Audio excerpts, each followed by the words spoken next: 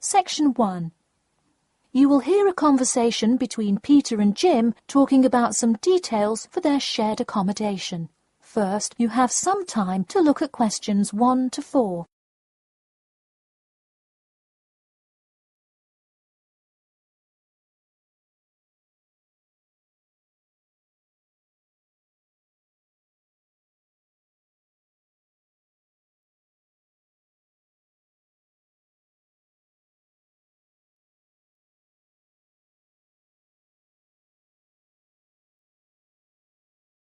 You will see that there is an example which has been done for you. On this occasion only, the conversation relating to this will be played first. Hey Jim, it's Peter. Oh, hey Peter, what's up? I thought I'd call so we could hammer out the details for next year's lease. Peter says that he wants to hammer out the details for next year's lease with Jim. So, lease has been written in the space. Now we shall begin. You should answer the questions as you listen, because you will not hear the recording a second time.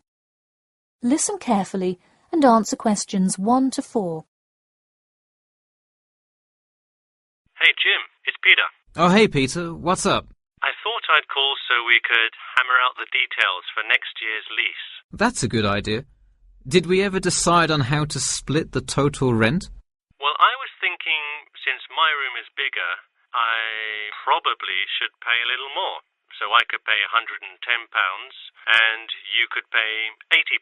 Does that sound okay? Considering that my old apartment cost me £100 for a smaller room, I'm definitely all right with that. Hey, I was looking at a map of the area and can't seem to find a bus stop near it. Do you know where we would catch the bus?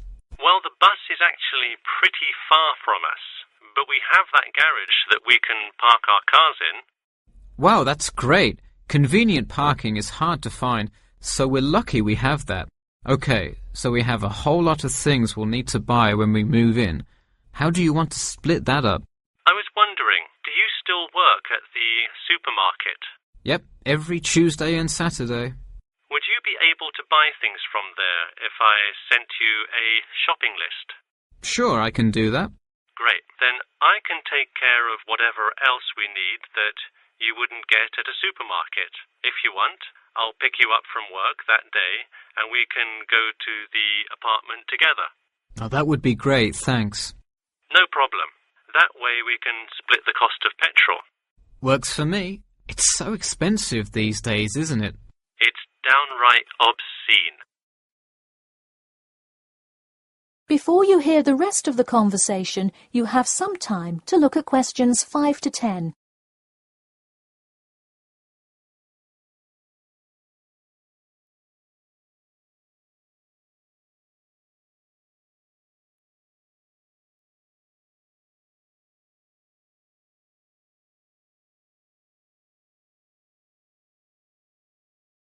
Now listen and answer questions 5 to 10.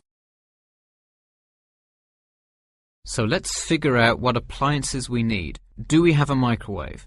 Yes, the landlord's providing that for us. Hey, do you still have that space heater, though? We need one for the kitchen since it's not connected to the central heating. All right, I'll bring that. Anything else? Well, I have some dining room and living room furniture I can bring, so that should take care of most of the big stuff. You know what we do need, though? Could you bring a toaster? I actually don't have one. It doesn't come with the microwave. No, the landlord is only supplying the microwave.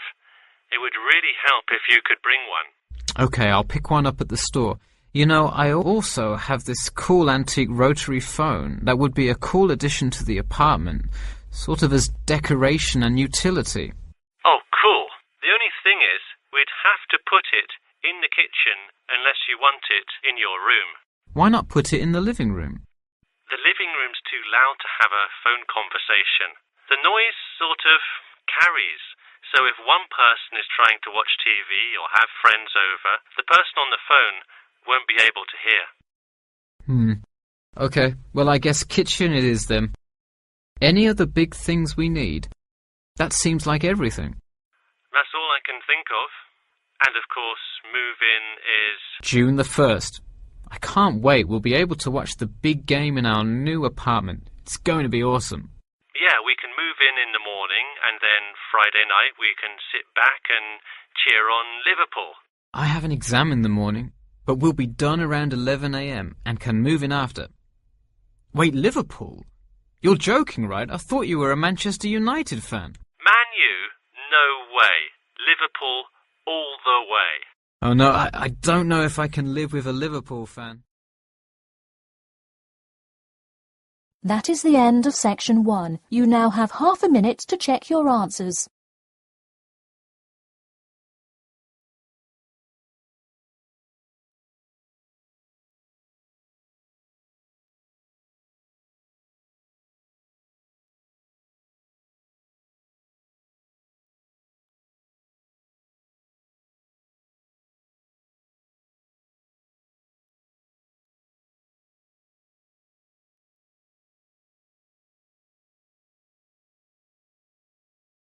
Now turn to section 2. Section 2. You'll hear an HR representative of Earn and Learn giving some information about her company. First, you have some time to look at questions 11 to 16.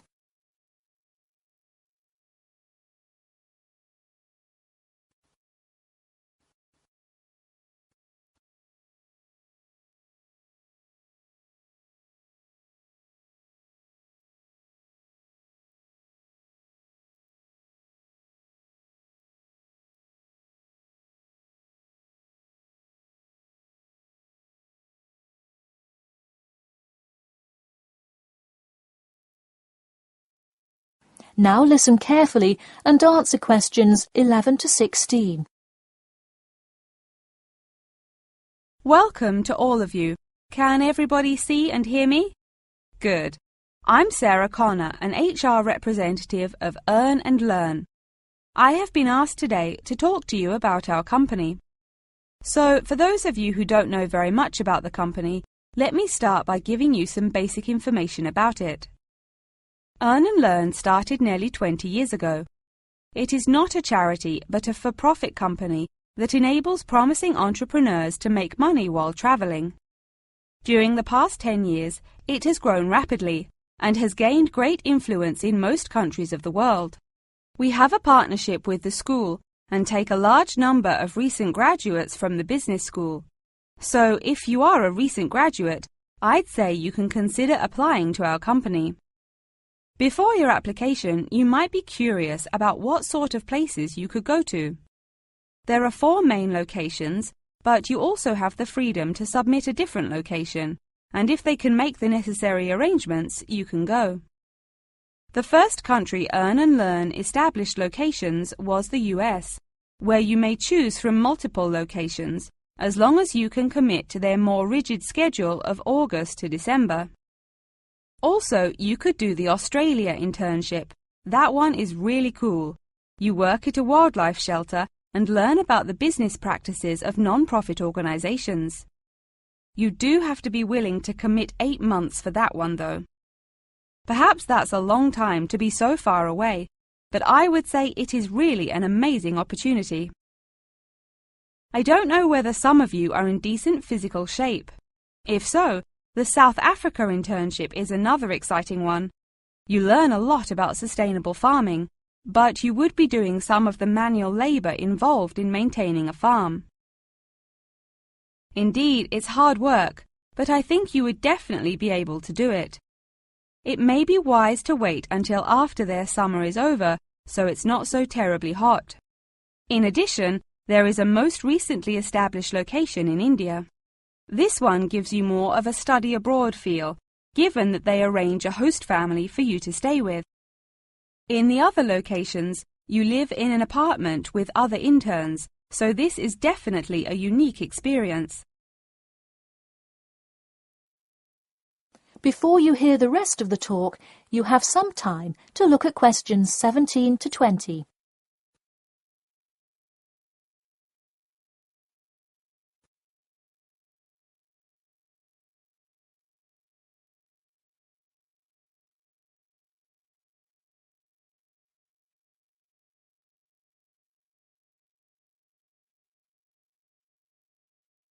Now listen and answer questions 17 to 20.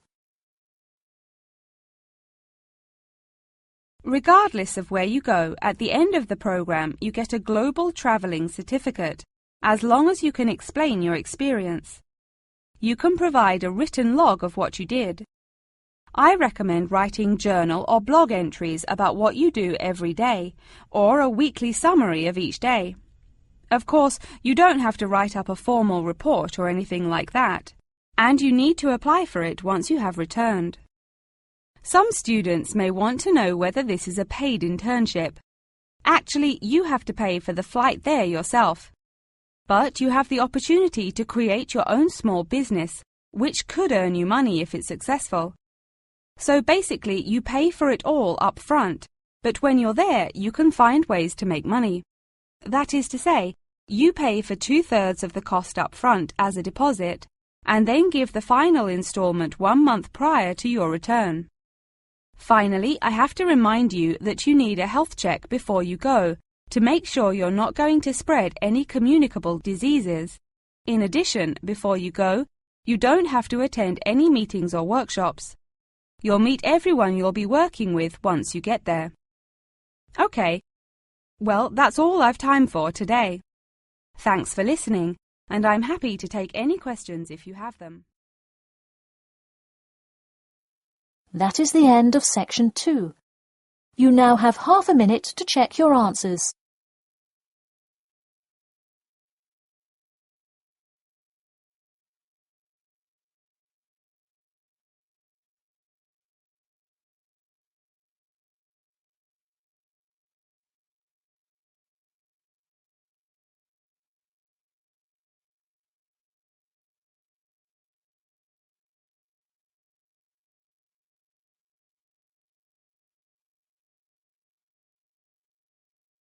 Now turn to section 3. Section 3. You will hear a student called Margaret Parkinson talking about the class she missed on Thursday with her professor. First, you have some time to look at questions 21 to 26.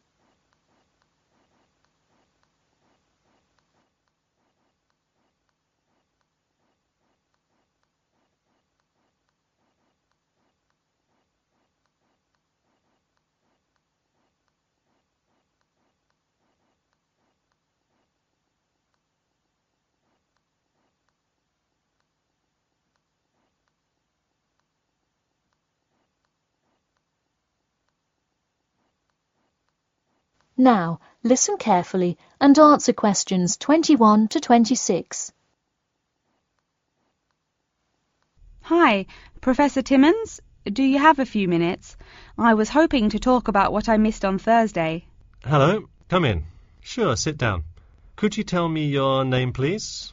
Margaret, sir. Margaret Parkinson. I apologise for missing your class, but I had to go to the hospital. I'm sorry to hear that. Everything is okay now, though, I hope? Yes, thanks. Glad to hear it. So on Thursday, I outlined the research project that will account for 30% of your grade. All students will be divided into groups and will give a well-researched presentation to the class covering a specific topic relevant to student life. Oh, that sounds interesting. Can we choose just any topic that pertains to life as a student, like how to start your own student organisation? Well, though I'm sure that would be an informative presentation, I've already chosen a list of topics which I will assign. As an example, I assigned one group the topic of student loans. They're to research not just the prevalence of students who have loans to pay for their tuition, but information as to how best to manage these loans and possible scholarships that could alleviate some of the financial burden. That one sounds particularly interesting to me. Could I request that topic? I could easily find out a lot about it by stopping by the finance office on my way to class. Unfortunately, that one's already taken by another group. I have, however, assigned you to a group and given you all one of two choices. Oh, I see. What are the choices? The first is discussing smoking. trends in the number of student smokers compared with the general population, popular reasons students take up smoking, and more healthy alternatives to smoking. That one could be interesting. I'm not a smoker myself, but we'll see what my group thinks. If we did choose this topic, we would rather not put our fellow students on the spot to interview them. Where else could we gather information? How about where the cigarettes are sold? Oh, that's a great idea. I could interview the manager of a supermarket and find out the average age of people buying cigarettes, or how much they buy, that sort of thing. Precisely. Okay, I'll keep that in mind. And what was the other topic? The other topic is the practice of natural medicine. It sounds far more specific than the others, but it is more of an exercise of outlining a career path. If your group chooses this, you would cover the specifics of becoming a doctor of natural medicine, how to become licensed to practice natural medicine, what the career outlook is, etc. You could find much of the information you need on this in the Careers Office. Wow, that would be really helpful, not just in learning about natural medicine, but in how to approach researching any career path. That's the idea. I want groups to really think outside the box to find information on their topics. They should interview multiple sources.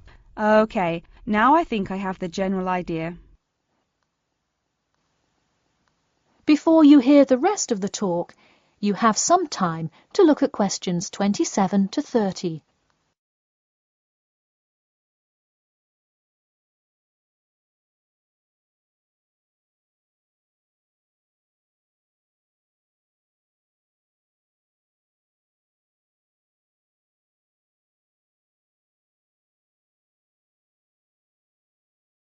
Now, listen carefully and answer questions 27 to 30. When is the presentation due? I expect each group to send me an email attachment of the plan ahead of time by October 10th, so that I can ensure that you are on the right track. Oh, that's actually really reassuring. I would hate to spend so much time on a presentation only to find we had taken it in the wrong direction. So when is the presentation? I let groups choose from the list of time slots I have between November 1st and November 5th. Okay, how about the 3rd? I'll have to check with my group, of course, but maybe we could write a tentative time? Sure, let me take a look. I'm actually booked completely through the 3rd and 4th now. How about sometime in the afternoon of the 5th? Great. How about 2 o'clock? No problem. I'll pencil your group in. Okay, thanks. And to clarify, what exactly is due in the first phase? Before the October deadline, I want your group to have compiled resources and then to provide some initial data analysis to support your claims. Okay, so data analysis is due the 10th of October, and then the Presentation? Yes. The final phase is simply giving the presentation on the 5th of November. All right, I think I have all the information I need. Thanks. You're welcome. See you in class tomorrow. That is the end of section 3. You now have half a minute to check your answers.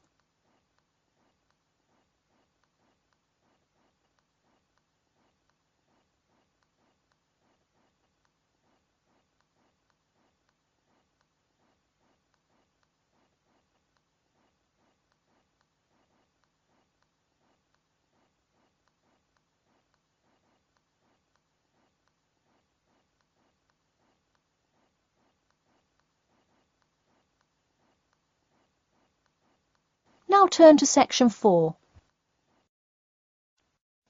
Section 4. You will hear an introduction about an eco-friendly building called the Gherkin.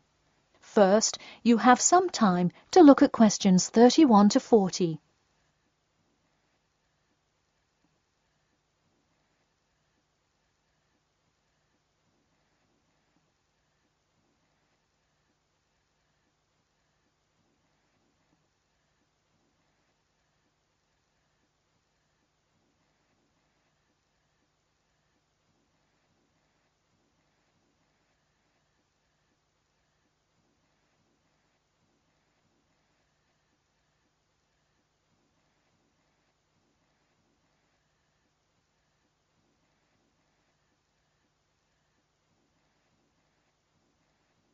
Now, listen carefully and answer questions 31 to 40.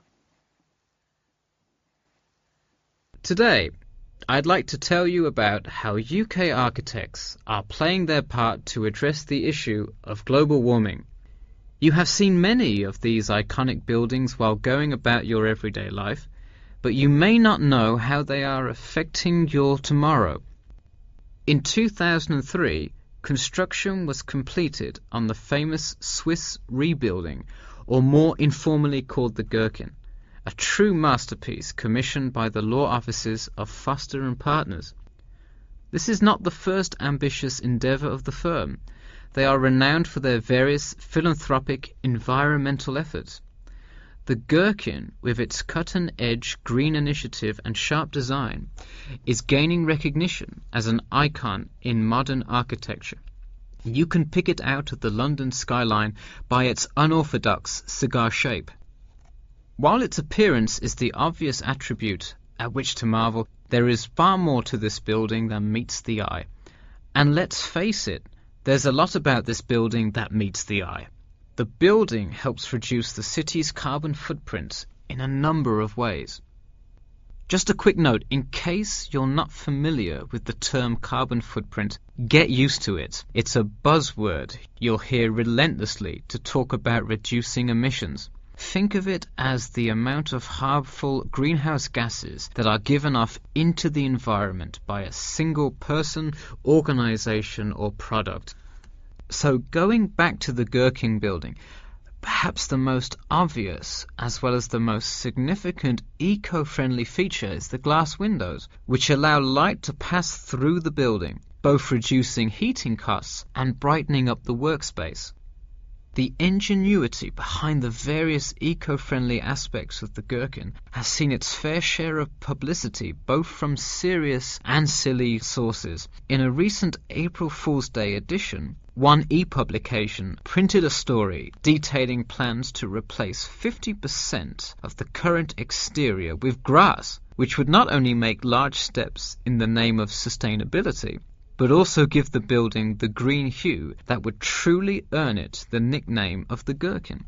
The only drawback is, as you may have guessed, that this story was an April Fool's Day joke and completely made up.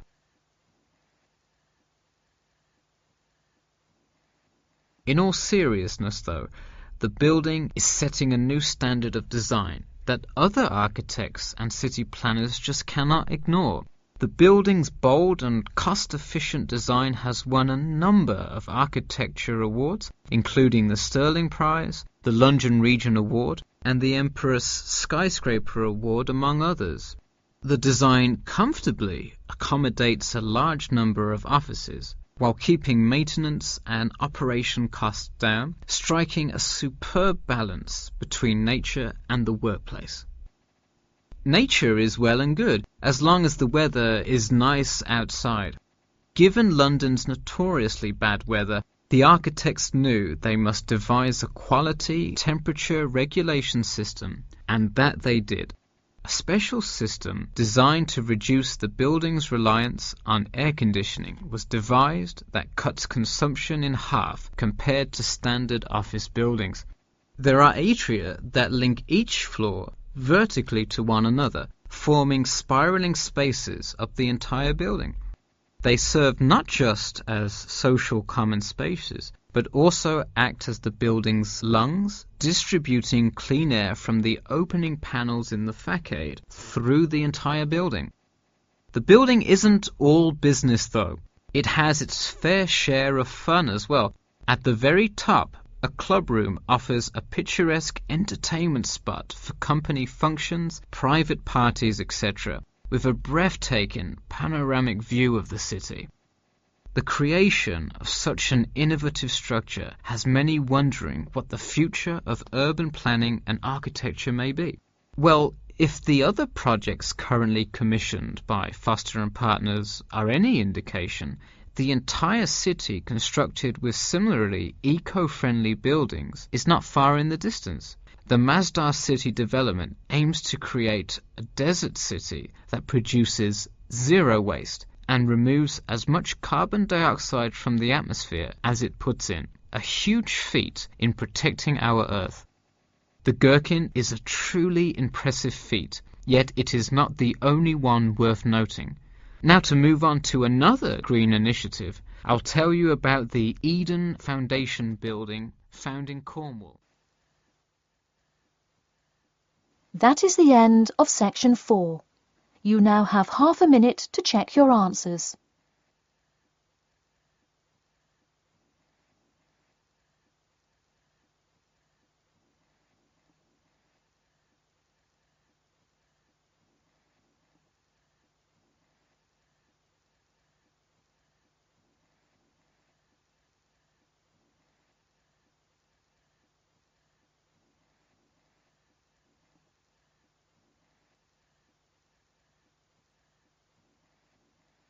That is the end of the listening test.